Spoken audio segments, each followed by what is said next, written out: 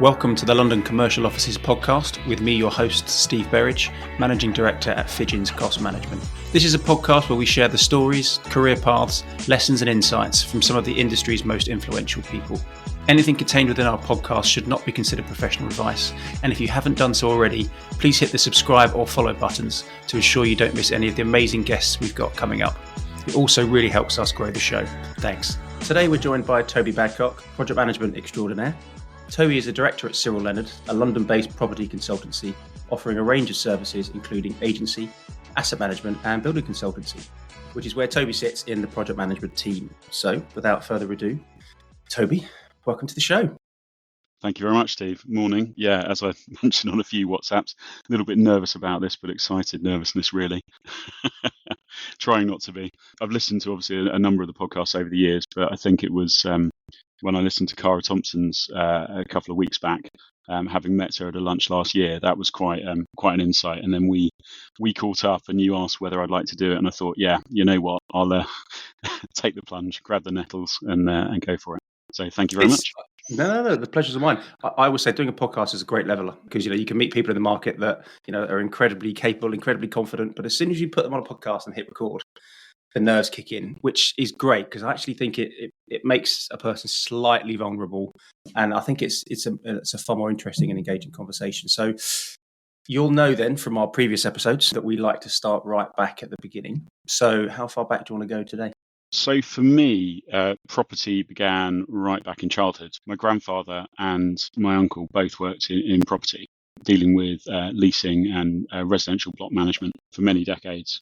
So I was always exposed to property. My grandfather, when he was training, he'd wanted to be an architect. So we always used to speak about architectural details and he'd always quiz me on different types of brickwork details. We walked up the streets near his house in London. So for me, it was a very early engagement within the property sector. But my mother, for some reason, always thought that building surveying would suit me really well, pushed me into that side of it, which was not what anyone in the family had done before.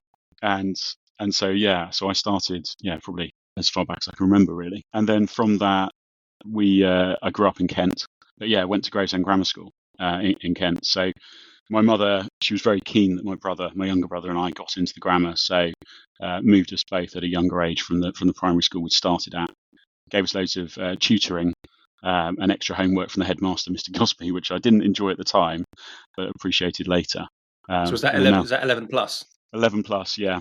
So to get into the grammar, I had to do 11 plus. So that was in the 90s. But it was a great experience. It turned out that a lot of my friends from my first primary school made it through the 11 plus and joined me at the grammar. So my mother's thoughts weren't necessarily fully founded. But I gained a few extra friends from that second primary school that came with me as well. So that was, I was lucky enough that I enjoyed the grammar school. I enjoyed what it gave me in terms of opportunities.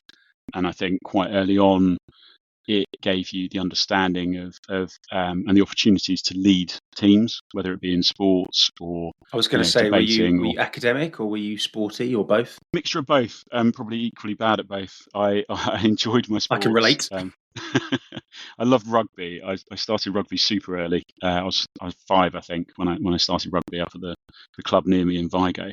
And still have friends to this day from those days who also, a couple of them work in the industry, which is interesting. But rugby was a big thing for me, cycling and tennis in summer just to keep the health up, really. Just enjoyed those sides of the sport. Cricket I struggled with. I found it a bit too slow. I now enjoy going to watch it, but more to have a drink than watch it, if I'm brutally honest. So did those side of things and really just, as I say, having the opportunity to lead on like mini projects within school, not so much in year 7, but definitely from year 8 onwards. And then, you've got things like prefects as you get into the older years. So then you can look after some of the younger boys. It was an all boys grammar that goes in.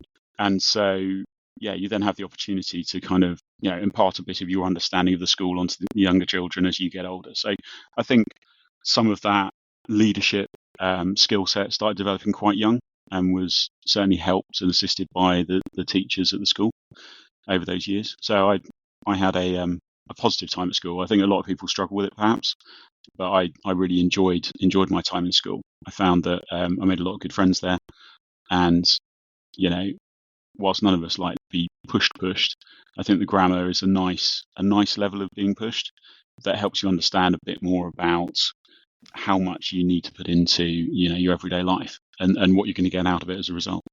So I think it what gave you me a get good. out is what you put in. Yeah, as we all learn one way or another. In terms of then secondary school age, year 6, 7, or 7, 8, 9, moving forward to A-level selections, in terms of your interests at school, what kind of a kid were you? Were you into maths? Were you science based? I enjoyed maths and science at the younger years. I had to do 3 languages up to GCSE, or chose to do 3 languages up to GCSE. Did you keep any? You didn't keep any of those going? Well, Latin's dead, so no. But useful as a basis for most European languages, and French and German. But I enjoyed them. German I really struggled with. It's just a completely opposite logic. But yeah, French I use a lot more. Starting to push on the Italian as I take the boys to Italy a bit more in our holidays and so on. But yeah, no, I enjoyed the maths and English side of things, as my 2 boys do now. I took English forwards, and yeah, my A-levels were a bit of a disaster, to be honest. It was one of those, having done well at GCSEs, I struggled a bit more at A-level level before going to university. Unfortunately, my mother was ill during my A-level years and early university, and it took my eye off the ball a bit. But I had an unconditional offer to Kingston University for building surveying. So fortunately, it didn't really matter too much. And I managed to go and do building surveying at university there, which was great. So it was your grandfather, you said, that was in the industry as such? Yes. That was the only insight that you had. So in terms of, and then your mum saying you'd be a good building surveyor. A little bit. Yeah, there were a couple of fathers from the school who were either building surveyors or quantity surveyors. As much as I liked maths, I didn't want to be a quantity surveyor. I don't blame you. Yeah, looking back on it, it's funny how you make those decisions early on. But I think I was a bit too much of a people pleaser with my mother. So when she pushed me towards the building surveying route, that's what I went for. It was when I was looking around the various universities, as you do before making those selections for the UCAS form, and went to Reading and Bristol and a few others, and they kept saying to me, "Why are you going down the building surveying route? We think you'd be more, general practice, maybe the agency side of things." And I was like, no, this is what I want to do. And same in my first year. I think I got to the end of the first year at Kingston. One of the masters came to me and said, "Are you sure you're on the building surveying course?" Which was interesting. And what was that? As in, seeing certain traits, in your personality in terms of I think seeing so. what you're Yeah, excelling at? I think it was just having a wider interest in what we were being taught. So in year 1 of university at Kingston, you're taught all aspects of it. So it's a mix between all the disciplines. Mm-hmm. And then at the end of it, you then agree to go forward in your chosen speciality. So I'd chosen building surveying, I carried forward. I did ask whether I could move into the real estate side of it, but there was no spaces on that part of the course. So carried on with building surveying, got my degree a couple of years later, as we all do, and then started off my first job.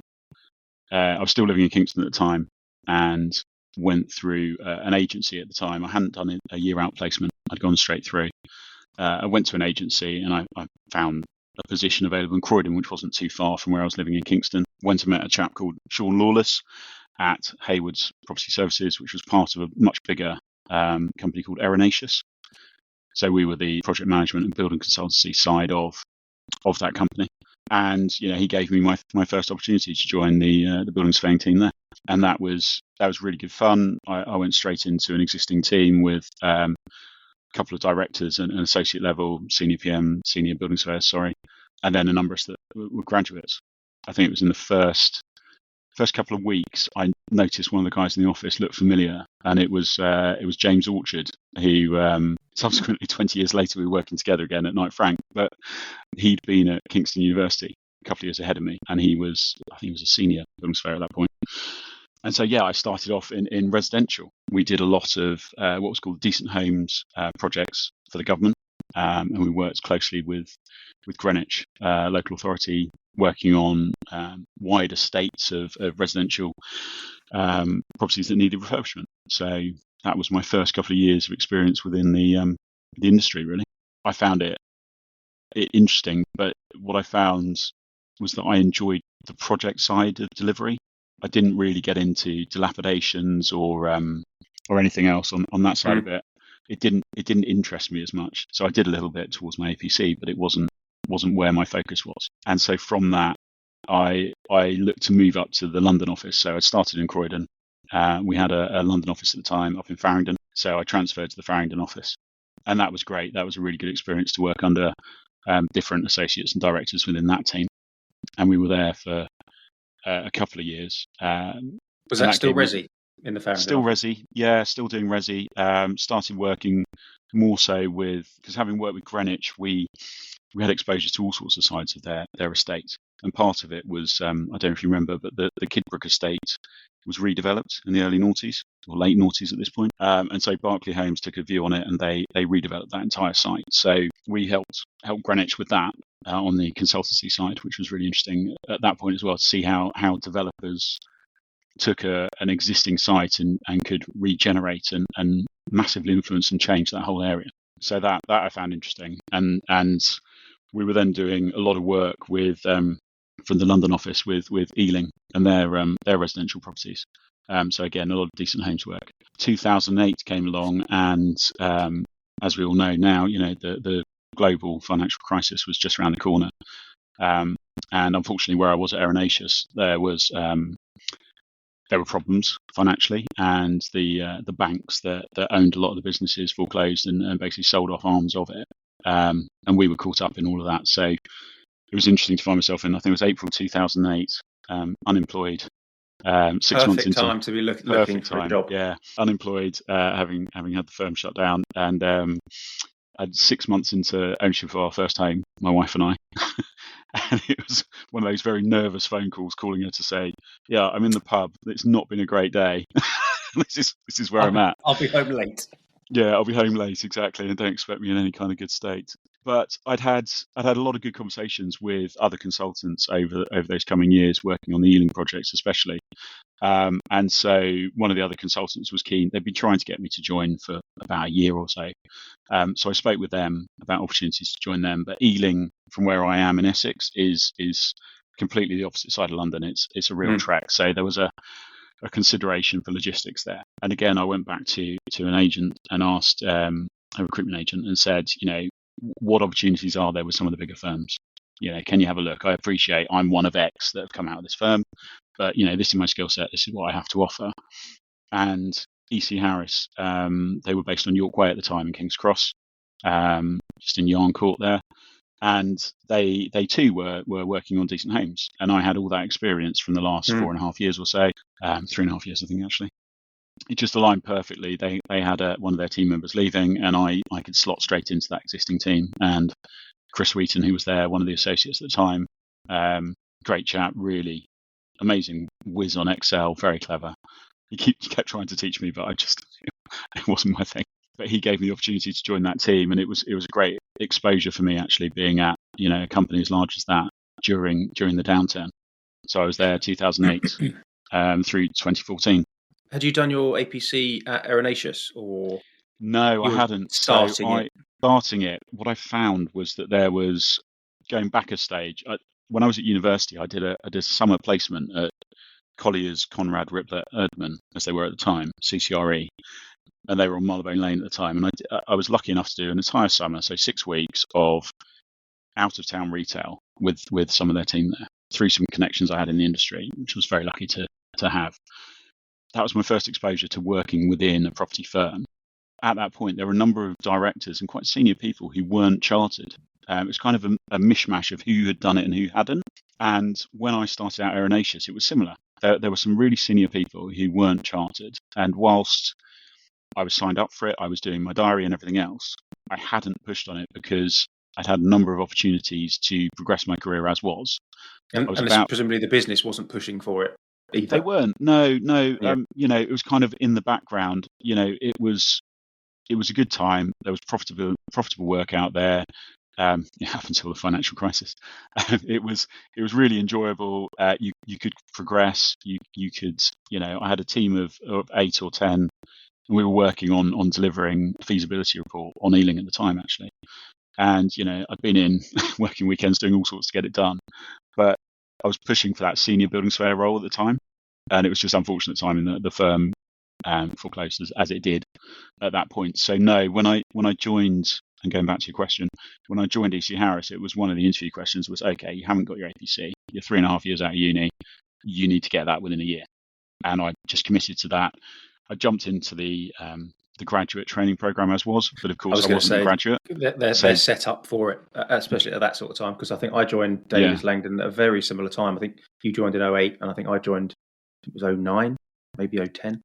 But it was, it was a given. It was, you dropped in, you're on the grad scheme. If you're really good, you can do it, crack it out in 2 years, and hopefully pass first time. And that's how we since then, that's very much what we've advocated and pushed for in each of the firms I worked at. But it just wasn't the way. It was a bit more relaxed, shall we say, where I was.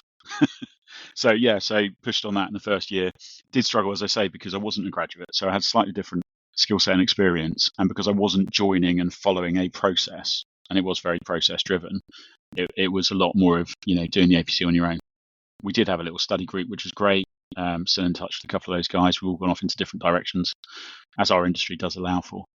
But yeah, we all started off as building surveyors, and it was great until the first mock, which I think everyone has an experience when you have your first mock. Absolutely crucified, could barely get my words out, being asked basic questions and just absolutely incapable of answering them. Throughout my career, I've found that I really enjoyed training other people, because we've all gone through that experience of getting the APC and what it's like. And it's not fun, and you do get grilled by everyone, and it's all in your best interest. But that first interview or that first mock is just brutal. And I think it's the same for everybody. It's definitely I put a lot of emphasis into passing my driving test. A moderate amount of interest and effort into degree. But APC, it was full focus. And I don't know whether it's because it's almost public within your business, and all your peers know that you're doing the APC. They know that you're having your exam. They know when the results come out. All of your mocks are by your typically immediate co-workers and immediate seniors. So it's very personal and very transparent that you're going through the process. And I think that adds a lot of pressure to it. I know it was exactly as you've just explained. Yeah, but absolutely what it needed to be. It showed me that I needed to really buckle down, focus, and learn. There was a lot of material to learn that wasn't. There was material to learn that I hadn't necessarily done, but I was also very of the type of work that you were doing. In the sense of, because I always say that's a challenge for people. It's. I was fortunate. I got dropped immediately into the the Cat B fit out team. And it's a lot of responsibility very early on. On projects from start to finish. And by the time I'd sat 2 years later, I'd seen 5-10 jobs from start to finish, which lots of people don't get the opportunity to do, depending upon where they end up in the business. Yeah, I think I did have a similar experience in terms of the stuff I did at Greenwich, because we were in early doors doing all the survey work and then delivering it on site. And obviously you're under the seniors, as you say, to do those projects and deliver them and learn. But what I learned very quickly was to tailor, and I was lucky enough at EC Harris to have some really experienced people that would be, interviewers for the RICS and on those panels. So Nick Jackson, in the building surveying team at the time, he was one of the associates there, and he was great at grilling, absolutely brilliant. But he also gave a lot of insight into how to tailor what you were submitting, so that you can make sure you give them all those key words within the documentation. So hooks, exactly. Where the questions are going to, what questions they're going to ask when they are preparing their work. You read through their documents, and there's a load of waffle, and you go, no, you need to put something in there as a hook, so that they will ask you the question that you know the answer to. Because if you make their life easy, and I do it when I don't know if you do the same now, but with a mock, I just go through and I literally have a highlighter in one hand, and I just score through all the things, and then that gives me my question straight away. I've always got some background starter points, but once you can see what the experience is, you focus on that, and that hour flies. And that's what you want and they want, so that it makes it a more enjoyable, if that's a phrase for the RICS interview. Path of least resistance. Yeah, I completely agree. In terms of joined EC Harris, when did you sit your APC after that? So I sat that it would have been 2009. So yeah, the May 2009. So I was lucky enough that I had all my revision over winter rather than summer months, so I could enjoy it a bit more later. But sat fortunate enough to get it first time. had a lot of friends who'd done it a few years earlier at different firms, and I got them to grill me quite a lot outside of work, which I found really good.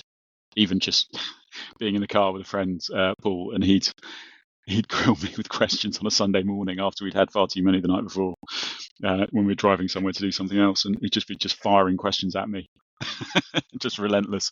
But it worked. Put it in the bank and don't think about it again. Absolutely. I think, I'm off in my study, come spare room now, and I've definitely got my my framed certificate somewhere. Mine's somewhere. I couldn't actually. Do you know what? I couldn't tell you where, but I have still got it. So in terms of sort of your tenure at EC Harris, I think it was sort of just over 6 years, that sort of time frame. It was, yeah, six. So you joined in the Resi Decent Homes kind of team.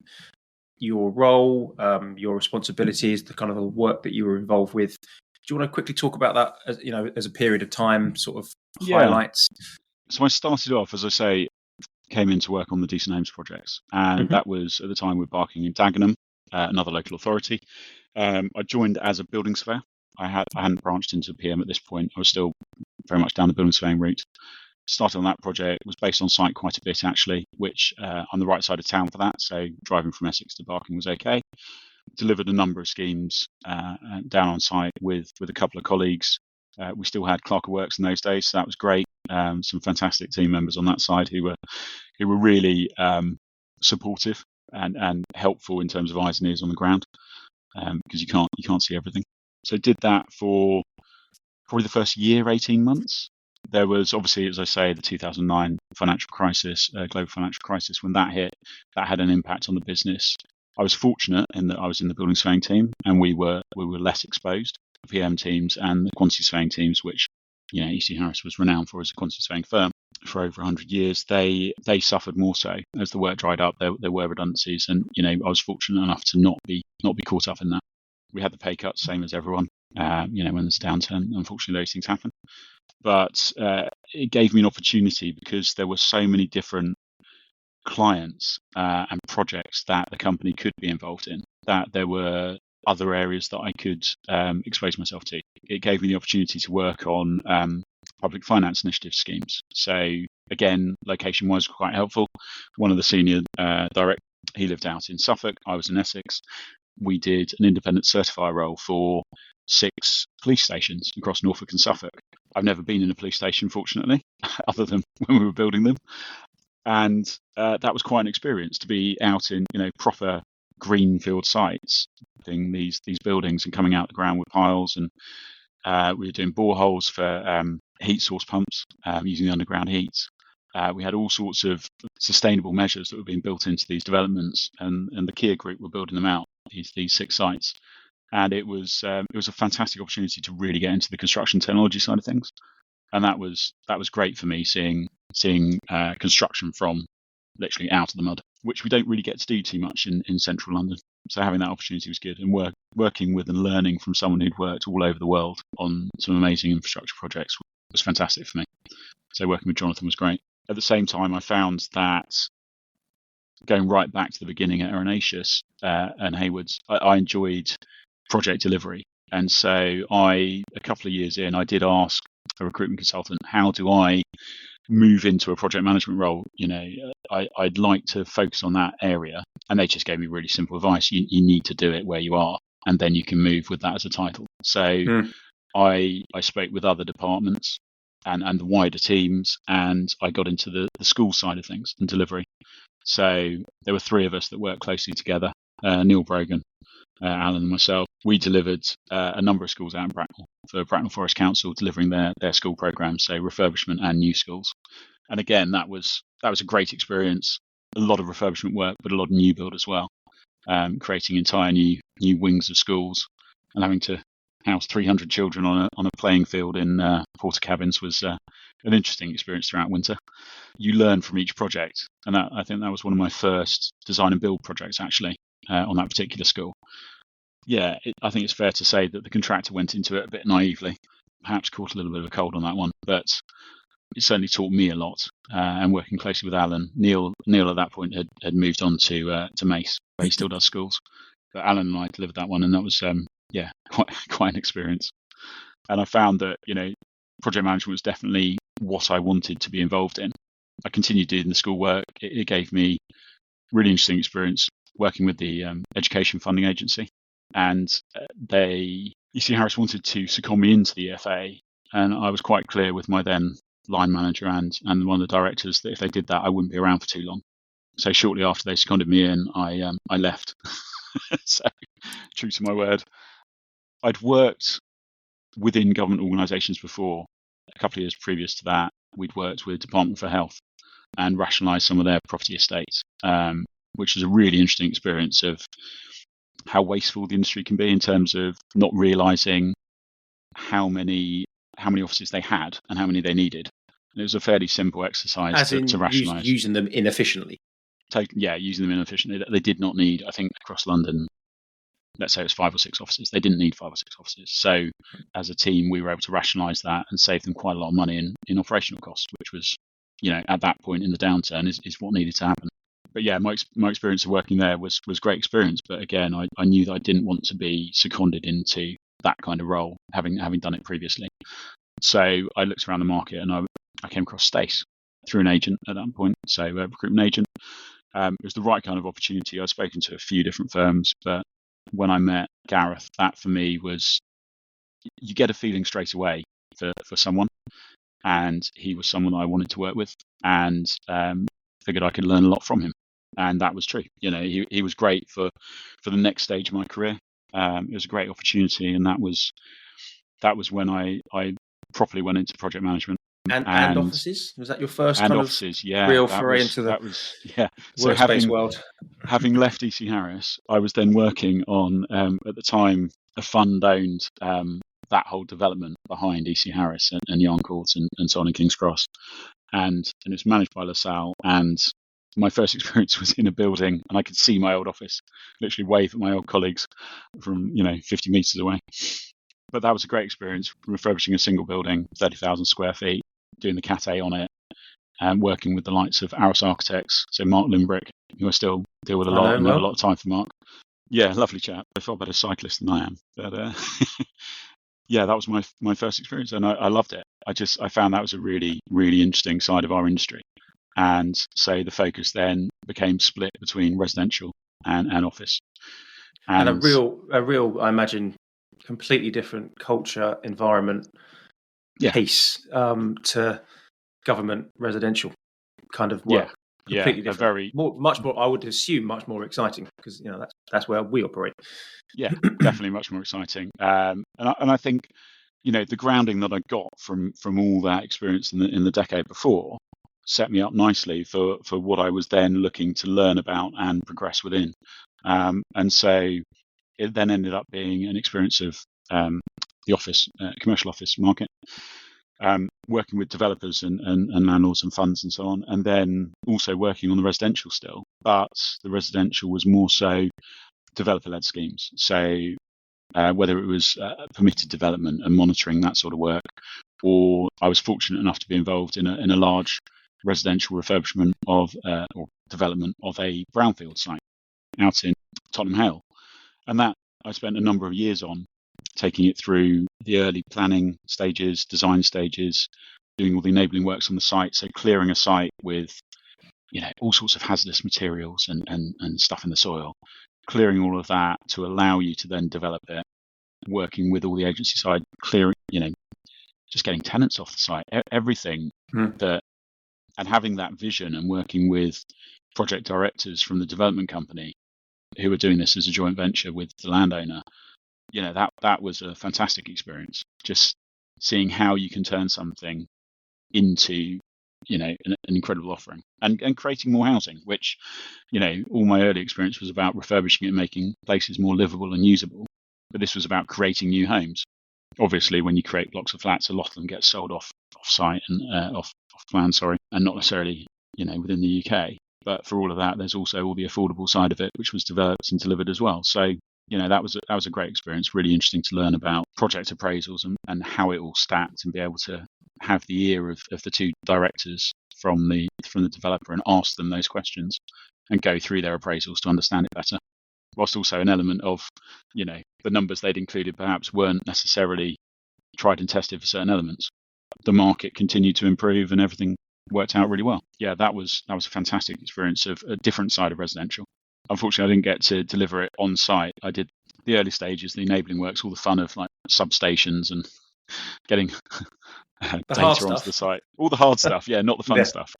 I left that to a very capable team, including one of my favourite graduates, Quintus, that I worked with for a couple of years, who I'm now hoping to work with again. He's now at Royal London, and he's doing a great job there. So yeah, it's funny how our industry allows you to have so many different careers within one, and you can really experience so much more than one small pocket of it.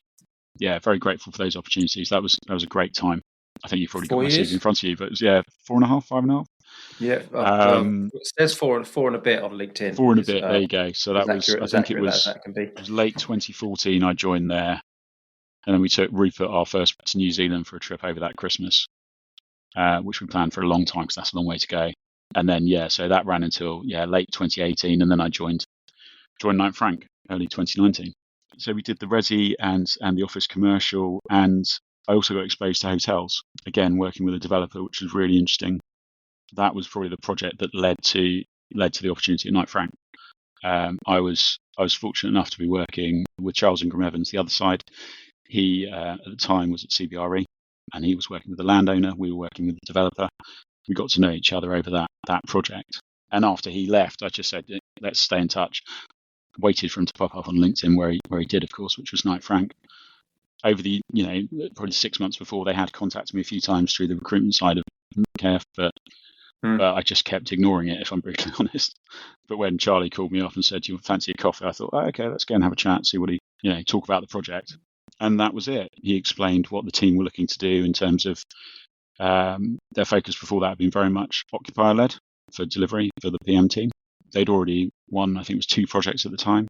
Rob King, one of the partners there, was delivering one of them in the city. And there was another landlord project coming forward in the West End. And, they wanted to push on and grow the landlord offering within the team. And, with my interest within that market and what was going on, it was a perfect opportunity for me to then progress, join there as an associate, over a couple of years, worked up to partner level, which was incredible to have joined quite such an institution and to progress within it and within that team. And so Charlie was instrumental in that, along with Craig Frost, who heads up the PM team, and Rob King, one of the other partners, and Paul Pryor, who heads up cost consultancy there. He'd actually been at Stace with me when I first started, so we'd done a couple of projects together. It is such a small market, it is. And you need to learn that very, very early on in your career. You will cross paths with the same people multiple times in multiple sectors, doing multiple different roles. Absolutely. As you say. He and I, we'd overlap briefly. I think maybe 6 months or so, and then I'd work closely with the rest of the QS team within Stace going forward from that point on. So Stuart Siddell and others. Yeah, it was just funny when I joined, and I think I met up with him for a beer, and he was like, "Oh, tell Gareth it wasn't me." And I was like, "It wasn't you. I completely forgot you were there." So, but yeah, it's a very small industry. Yeah, it was a great opportunity to join an existing team and help that team grow and offer a different skill set in the market. So were you dropped onto that?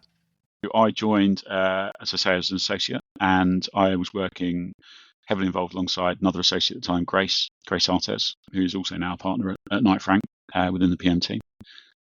She's very much occupier focused, but we delivered that together, and it was with other team members, obviously, but we were the 2 main leads on it, and that was the first landlord project that was done and delivered, I believe. Potentially there was one before that, and it went from there. And that was a great opportunity. And going back to what we were talking about before we started, opportunities like that do come through FMs or asset managers and so on as well. So this particular one, I think, I know, had been set up by agency through a contact.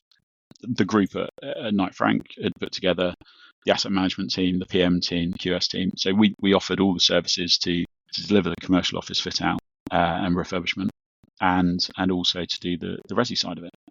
And that was a fantastic win as a business to be able to deliver the whole thing and then manage it going forward, which has been brilliant. And I still have a good friendship with the client on that one, which was nice to get to know them over a 4 or 5 year window. That unfortunately, when it started, it was 2019 in design when I joined Knight Frank, and then we were finishing up the stage 3 in 2020 as the joy that was COVID hit, and that had a marked impact. We were in the early stages of discussing a pre-let for the building, which was fantastic news for the client. We then oversaw that Cat A refurbishment that was done by the tenant, but with the client's money. So we as a team stayed involved and delivered that side of it, and that oversight was very useful for the client team and their advisors. And then we continued to do the residential project further down the line, because again, with COVID and so on, it took longer for certain tenants to move out and so on and so forth before we could do that. But yeah, COVID, that was a yes, that's banned. That was an experience. On this podcast. That's banned. Fair enough. Yeah, it's. I think there is an episode to do on COVID. Focus more about how we do things differently as a result of. But we can put a pin in that and pick that up in another show. I think so. In terms of what would be nice to talk about, I think, for people that don't know you, is I call it sort of project management style. So obviously you and Grace were managing this commercial scheme. Yeah. How would you describe your sort of project management style, and perhaps call it USP, but how and why you think you do things differently to other people in the market? The way I like to deliver is always to bring people along on the journey. So it's a very collaborative approach.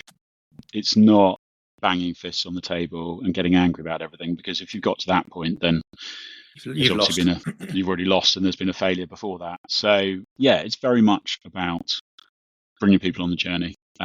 It's about building relationships first and foremost, putting the right team together. And so throughout my career, I've been fortunate enough to work with a lot of amazing individuals, and now still meeting new people that I haven't had the opportunity to work with before, but and now you get thrust into different environments with different projects, and so you get to meet even more fantastic people within our industry. And so yeah, my approach is very much bringing people along in a collaborative approach. I've never gone down the more aggressive PM route, which I know a lot of PMs are probably renowned for. I think it's useful at a time, but it shouldn't be the way that we approach it. If you set up the project correctly from the outset, you get everyone on the same page. And I think in the last couple of years, especially, I've had the fortune to work with some really experienced development directors from developers, and their approach is always to set up the team and get them together and get them to know one another before you even start the project. And going and having a couple of beers, glass of wine, whatever, it just loosens everyone. You get to know everyone a little bit better. It builds that bond. You just build the bond straight away, yeah. And having that team approach is so important. And whether that be, a mixture of some socials, you might do some design charrettes where you just get the rough ideas of what you're trying to create out of this project and what the key brief and criteria are. Just getting people together so they can be a bit more relaxed really, really helps. And as I say, the last couple of projects I've been fortunate enough to be on, the development directors have been very keen on that. And I've seen that aligns very closely with how I like to do things. And so, having the opportunity to work with people like that and see them in action, setting up and working with them for those projects has been key for me. I think, if you don't understand someone and where they're coming from and something about them personally, then when you do have a challenge on a project, trying to have that difficult conversation with them is going to be extremely difficult for you, let alone them. Absolutely. You need to know what drives certain individuals, to get the best out of them, to get the best out of the team. We spoke previously on, whether it was us offline, about sort of trust and empathy. And I have a big bugbear about the lack of trust and empathy that I see around project tables currently.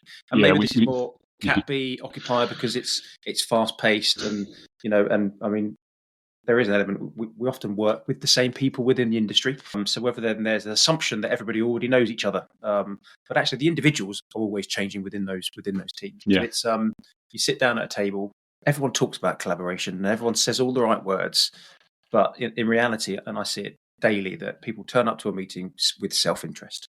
They want to ensure that they've done the part of work that they need to do. They've done it in a fee-efficient manner, and then move on. And next person to talk. When in reality, if we could get all of the stakeholders turning up to a meeting, trying to help everybody else succeed. And if everybody did that, then amazing things get unlocked. If you, back to your point, if you know the people that you're sitting down with, know what makes them tick, know that they've got, I don't know, struggling at home because they've just had a second young child and perhaps they're a bit tired this week. If everybody's kind of part of that loop and that close knit, call it a project family, then I think it creates an environment where people feel safe. It Absolutely. creates an environment where people then have the confidence to try to do things differently. Might not work. By doing that, we innovate, and I think that's where potential is unlocked. Whereas currently, and look, it varies from project to project, with project manager to project manager that's helping stitch the team together. That there's certainly good projects and bad projects. I think from that perspective, I think we can do better. Yeah, I think it is something. It was something we spoke about. It was when we had a coffee the other week. But it is something that I keep hearing and seeing more and more, either through conversations with other people or posts on LinkedIn, etc., or just the starting of a new project. It's this whole delivering without ego piece, and making sure that you might have all the best people and the best minds in the room. If they're not working in a collaborative way, then you're not going to get the best results, and we all know that. And so it comes back to just, if you set up the project in the right way to start, it will more likely than not be a success. If you don't build that trust and empathy, as you say, right at the beginning, because everyone thinks you're out to somehow catch them out or whatever. And a couple of years ago, I had an example of this where we were putting together a project for a client in the city, and the contractor, again, very fortunate to work with Victoria Whiteley in the Knight Frank team for most of my time there. Actually, she and I delivered a number of projects together. One of our outstanding associates now. I think she was a PM when I joined, or maybe an SPM, but an associate now. She and I were desperately trying to explain to a contractor that we weren't trying to trip them up. We just wanted them to price their caveated points so that there was a final number to go into contract, and the client wouldn't have to go back to their board, and they just wouldn't listen to the advice we were giving. And I remember looking at one of their head guys and saying, this conversation will come back up in 18 months' time, and I will remind you of it in 18 months' time, that we were trying to help you, and this was our advice, and you thought we were trying to do something that we weren't trying to do. And sure enough, 18 months later, I was having that very conversation with him and the MD, and it is that lack of trust piece that just been burned before by other professional team members. And however you try to reposition it, because again, if someone's not getting the message, you try and reframe it, don't you? So you ask it in lots of different ways, or position it in lots of different ways. And we tried everything, but they just weren't. And it's just frustrating. Had their fingers burnt. Yeah. I mean, in the end, it was all fine and amicable and got resolved, but it could have been far less painful for everyone involved had there been that little bit more trust.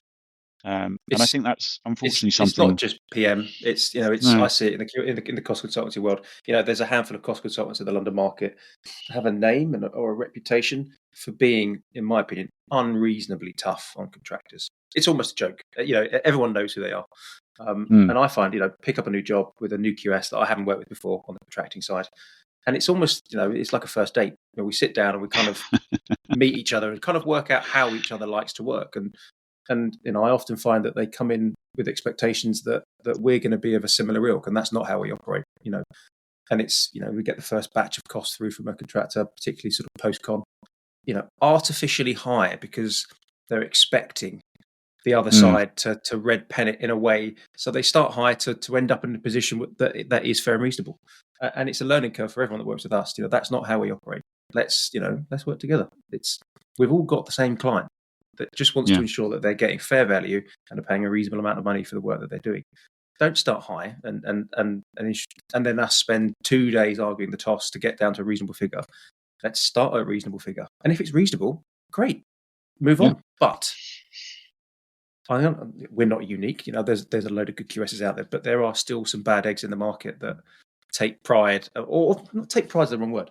They think they're doing their client a good service by contractor bashing. And unfortunately, that burns their fingers, and they go into future relationships, with that baggage almost. But or coming back to your point, your point earlier about the same with consultant fees, and beating up consultants, yes, you have to do it within there has to be competitive value. It's You got have to to be have, reasonable for the scope of yeah, work but you don't need to that's bash being for bashing's expected. sake.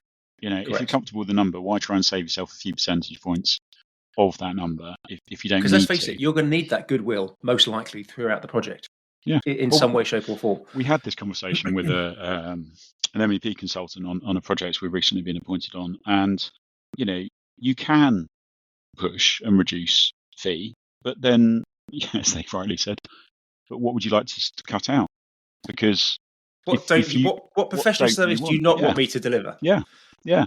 Or I think I mentioned this to you earlier, but a new client of mine yesterday, of ours, he said, I'm very aware that you've noted in your fee proposal that you're going to be involved as the director, but you will use others within the team to deliver the project. And he just voiced very clearly, we do not want the most inexperienced people on the project coming on, not seeing you, and then having problems that cost us far more. We'd rather pay you more to make sure that we've got director level involvement. And I was like, that's a brilliant conversation to have. At least we know where we stand on it. And you lay the fears and say, well, actually, no, we're a director-led business, as a lot of director or partner-led businesses are. And you don't just walk away from it. I learned quite early. But that's the kind of client that you want to work with, and that's a breath of fresh air. It's a client that understands that they sometimes need to pay extra to get the bespoke service that they require. Yeah. Well, this is their home as well, that they've owned in London for the last 3 decades. So it's fun okay, reflection. I know who you're talking. I remember now. Yeah. So that's going to be brilliant. I'm looking forward to that. But yeah, having an open and frank conversation about those things and being clear day one, exactly where you stand on things is essential. So yeah, definitely collaborative. Yeah, we got a bit off track, didn't we? We did. That's all right. But it's an important part. For. It's an important part of the industry that, as you say, is given too much lip service but not enough reality. And people are always still, going back to your point, people are always still really nervous around it. And I don't know how we overcome that whole nervousness that someone's out to somehow get one over you. But it's a general culture change that needs to kind of happen. I think there's a lot of it, and we very briefly touched on this off air before. It comes back to, and I operate mainly in the occupier space, Cat B. Time and time again, that project teams are pulled together with little program grace, with a budget that an FM or a head of workspace or COO has pulled together and had board approval on, that invariably is not the right budget. What that means is then, as a project manager, you're picking up a job. Right, guys, we've got no time, and this is the budget we've got to work with, and this is what we're doing. And you kind of have to say, well, that's not the right program. We're up against it already, which restricts the optionality you've got on procurement, and the budget's wrong for the aspirations of you as a client. That where you're going and what you're going to be doing. It's never wrong in the sense of it's never too much money. They've never had too much budget signed off. It's always too little budget. But what that means is, from day one on a project, your professional team around you and the contractors that you work with are working on a flawed project. It's foundationally, and I think that makes, rightly or wrongly, it makes the professional team act differently. Particularly if you've got a slightly more inexperienced junior team, you've got a QS perhaps that knows the project's over budget. They're going to act differently. Towards that contractor, they're going to take a much harsher view. They're going to, the contractor's instantly going to know they're going to be backed into a corner to try and defend their position. I often say D&B gets a bad rap in our industry. The reason being is everybody defaults to it when there's no time and no money. And that's kind of a default sort of, and therefore, yes, there are problem projects, but it's because they're flawed from the beginning. It's also really important to be able to explain to a client that you need that extra time and what that's going to give them in terms of certainty. All too often you see people run onto site and then that's where the problems arise. And then it's costing them far more in prelims every week while you resolve it. And going back again to that new client, that new project, the Resi one, it's clear and important to get it right before we start. So we've said, actually, no, we're picking this up. You haven't had a PM for all these years. We're picking it up now. We will get it all aligned with where you want it to be, and at the right time. And we talked through the program yesterday, and it was me and the QS, And we went through it and said, well, realistically, this is where you need to be, and we can start in September. And they were like, okay, that's fine. That kind of aligns with where we thought. If you've got someone who's realistic and you can explain, no one wants to hear it's going to take longer than they thought and everything else. But better to tell them that at the start. Better to get more cost certainty as well, rather than rushing into it. And then, each variation is going to become very painful. So, yeah. It was about this sort of building that culture and how you build that culture in the project team. And I think a big responsibility and burden, I does think, fall on the project manager. Ultimately, you're typically first in the door, and you're making those appointments. And I think a lot of it needs to come down to ensuring that you're bringing the right people into the team. And that's being strong enough and confident enough to tell a client that yes, you might have had a cheaper fee on the table from X, but actually, having interviewed both parties, I think Y is a better candidate for this job, and here's why. It's about leading by example. I'm going to say being a humble project manager, but showing the team that it's all right to make mistakes as long as we own up to them and work together. It's about demonstrating the behaviours that you want replicated around the table. If you've got a bangy, shouty project manager that everybody's kind of tiptoeing, and I've had it loads of times, tiptoeing on eggshells about, or you've got the project meeting coming up and you're dreading giving that cost report because the PM is going to kick off. That's where the culture goes wrong. And look, I think people are talking about it more now. It's definitely more in conversation, and I think it is more of the the junior teams as they come up through the ranks that they're learning the right behaviour. Absolutely, that's the piece that it's probably the biggest challenge, isn't it, going forward? I've always taken the pieces I've liked from each manager I've had over these years, and been very mindful of the pieces I haven't liked or enjoyed. But I think that's quite an emotionally intelligent attitude that not everybody has. Especially for the younger guys, you see your direct superior who's incredibly successful, and you kind of think, oh, they know what they're doing. And having the ability, when you don't have that experience, to pick and choose what actually are the pros and cons of that management style, I think takes time. But yeah, it does. I've always said that though with my grads. I've always enjoyed building teams, and the graduate development side of it has been fundamental to a big part of what I do. And so, I've always been very open and said, look, there'll be parts of my management that you won't like, and that's fine. Take that, learn from that. But the parts you do like, and hopefully there are some, bank those, and then see who the next person is you're working with and how they do things differently. And that's all I've done over my career, is I've taken from every single manager I've had, or every person I've worked with, even other consultants wise. If there's certain attributes I like, I use them, and if there aren't, then I try to make sure I don't act in that way, because no one likes to be belittled in front of a whole team or anything like that. We've all seen it happen. We've all lost tempers in meetings, etc. But you learn from that, and hopefully don't do it again. But taking those little pieces of advice as you go along is key. That's what I think anyway. No, I completely agree. Let's get back on track. We're at Knight Frank, so I think we were there for just over 6 years in total, 2019 to sort of February this year. It was literally 6 years. So February. Notice in November, but it was February to February. 6 years. Should we kind of fast forward then to the end of your time at Knight Frank, in terms of, from a mindset perspective, where your head was at? Were you actively looking for something that you didn't get at Knight Frank? Were you after a different challenge? Kind of talk me through what prompted the move to where you are now at Cyril Leonard. So for me, each time I've moved, it's been to challenge myself and have a different opportunity and a different part of my growth and experience. And each of those moves has been good. I've learned a lot. There've been positives, negatives, but you take it all. It's all part of the journey. And for me, I was extremely fortunate, as I said earlier, to join as an associate, effectively be there in a massive company, fantastic company, working on the landlord side and being almost the leading role, because there wasn't a partner above in terms of landlord in the West End. And I was lucky enough to do that. I was lucky enough to be given the opportunity by Craig to manage a team within that. And we had the West End team, and I was responsible for that unit. And it was a great experience. And having built it from, I was the first person they brought in around landlord, but as I said earlier, Rob King was already there, existing partner, been with the company for a number of years. and he was also pushing on the landlord side. We grew it, and we had more and more opportunities. And the team, the wider occupier and landlord, as part of project management, grew and grew and grew. A couple of years later, we brought in James Orchard. So going back to James, he'd worked at a number of different firms. He was at CBRE at that point, and Robert approached him and chatted with him, and it was great to have him on board. He's a friend as well as someone in the industry. We've known each other 20 years, very good friends outside of work, and working with him again was brilliant. But it now meant that there were three of us as partners on the landlord team.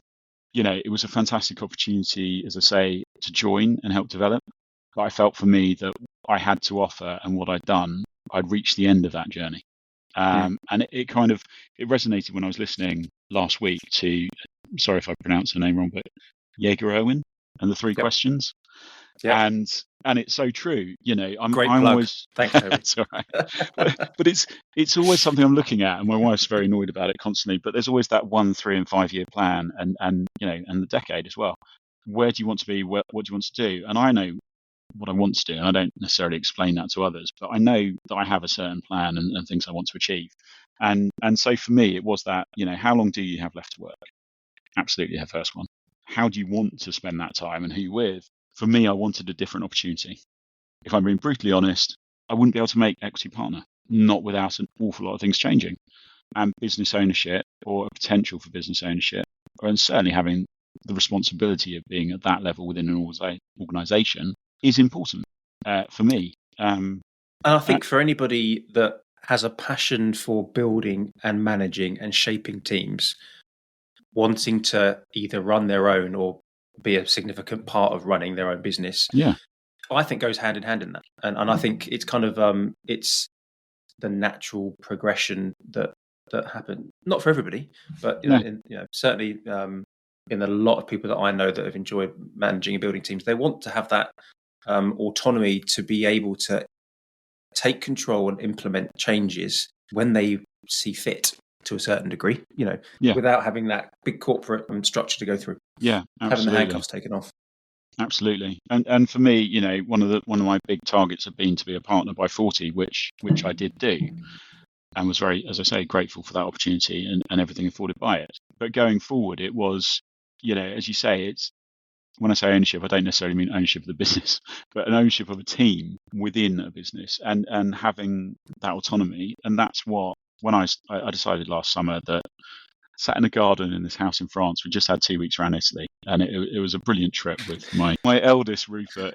It was his last summer holiday before he went to secondary school, and I'd asked him where in Europe would you like to go for a week, just you and I, so have a bit of daddy son time.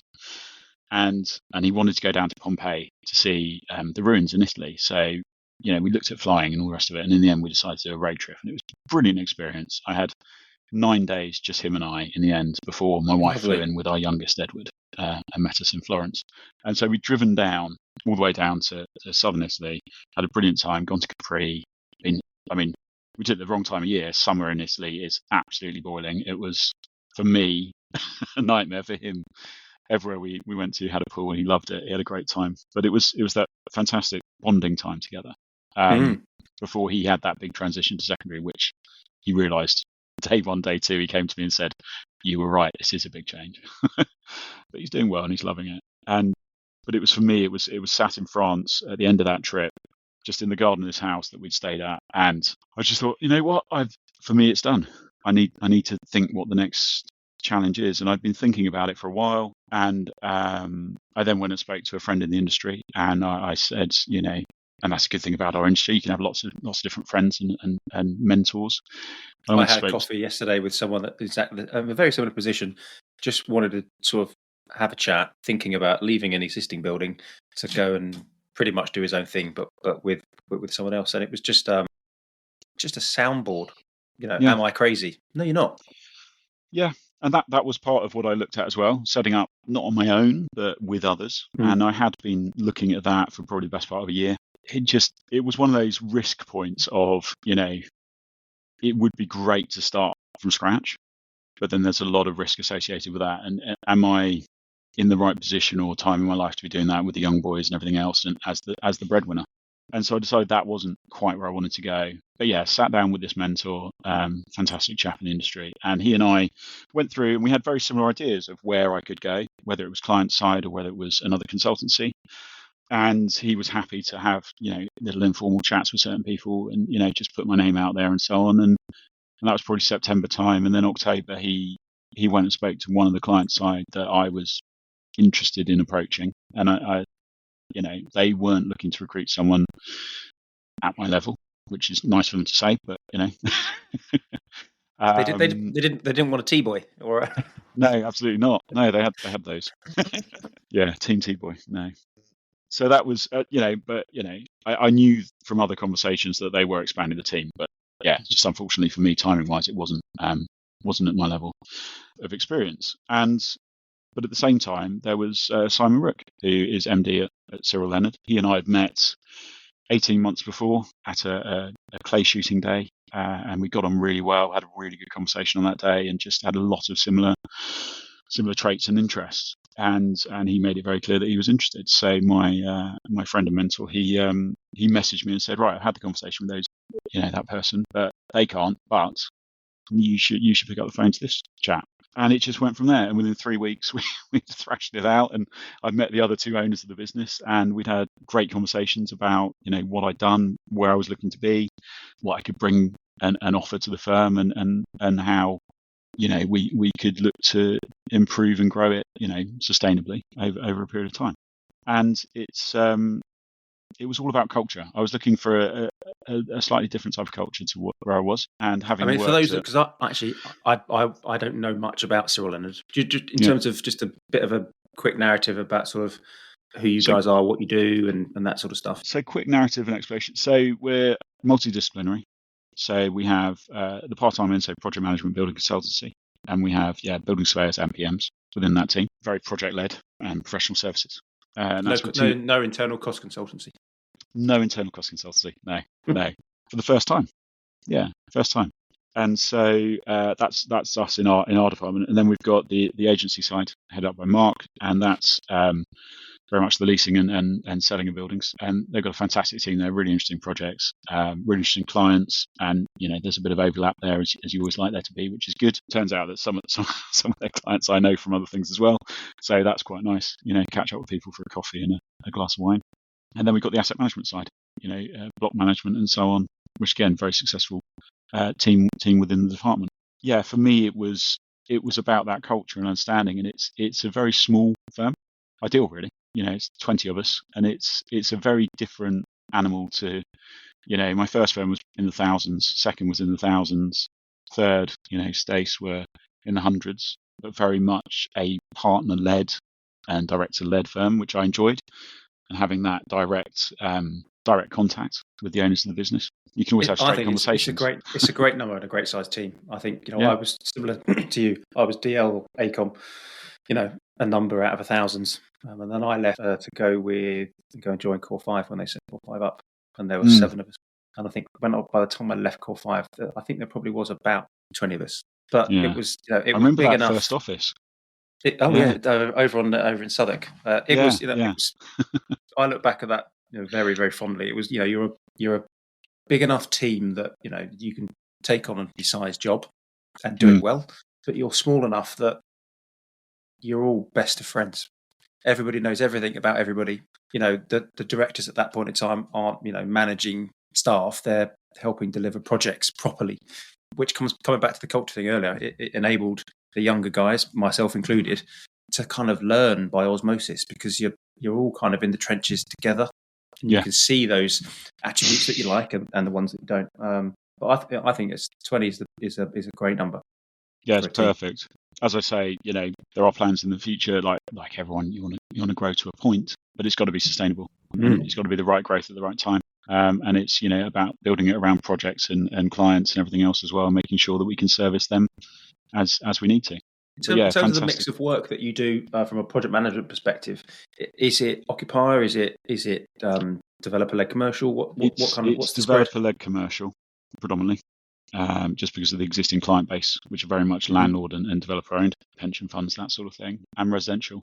and hotels. so 3 areas that I have experience of, and I'm getting to work in all 3 again, which is great. It's quite nice having the mix. I did find focusing solely on commercial, whilst I love it, I do like having a little bit of resi and other pieces in the mix as well. And it's different teams, different businesses, different speed of delivery as well, because I don't really do the occupier side. I did a little bit in the past, but more for a landlord, say, a story project through British Land at the time, or something similar. It wasn't necessarily, what my colleagues did at Knight Frank, for example, with, working very closely with the agency side to deliver the occupier fit outs. We had the specialists for that, and they were fantastic at what they did. But my focus was, very much the landlords and longer term relationships. It's been an exciting. So I've only, I don't think we mentioned at the beginning, but I've only joined recently. So February, and it's been 2.5 months now. Day one was straight into architect interviews for a landmark project that I'm lucky enough to be involved in, and that was quite an amazing. Going back to what I was saying earlier, amazing opportunity to meet other amazing professionals within our industry. We've pulled together a team that are the absolute best at what they do, and across the disciplines, one of the biggest things was to make sure that each part of the team would work together well, because that's what's going to make it a success going forward. So we're very careful in our selection of each of the team members, and that's been a fun couple of months putting that together with, and completing the hard work that had been done before I joined.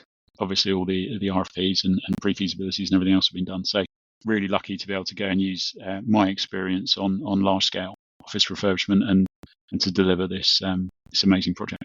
So really looking forward to that. Doing that directly with Simon. He and I will be leading it together. Going forward, I'll be like the main point of contact as such on it, because having 2 PM heads makes things difficult for the team. No, fantastic. Really looking forward to it. Well, you were worried at the start of the podcast how long we'd be able to keep the conversation going for, but we're well past an hour. So and as I said, it happens. It just happens. Just in terms of sort of to draw it to a close, I think your focus for the next 12 months, personally, from a business perspective, what are you looking forward to doing? And we can get you back on again in a year or so's time to talk about it. But that'd be fantastic. What are you looking forward to? What I'm looking forward to is, I think the one thing that I've heard more and more is that Cyril Leonard are a firm that do extremely good work, but if you know, and it's one of those names that I'd like to get out there a bit more. And the intention will be, obviously, with my network and with the help from you from this today, to get the name out there more, and to develop those further opportunities. Slow progressive growth, absolutely.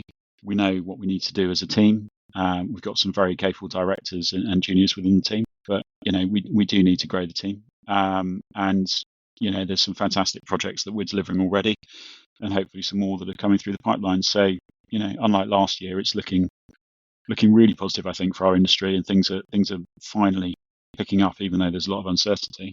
There's still a lot more positivity in the market. So slow progressive growth, really getting.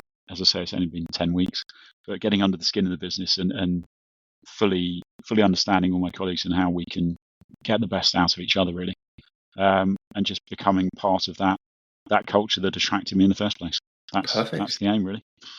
Excellent. Well, look, thanks ever so much for coming on. I've really enjoyed catching up. We'll pop your contact details in the show notes for anybody that does want to reach out directly. You're on LinkedIn.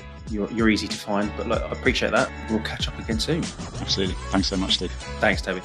This podcast is sponsored by Fidgins, a London-based cost consultancy. Please visit fidgins.co.uk to find out more about our market-leading service and some of the amazing clients we get to work with. We're super open to guest recommendations for this podcast, so if there's anyone in the industry you'd like to get on the show, please visit the website or send me a message on LinkedIn, and I'll try to make it happen. Thanks, and bye for now.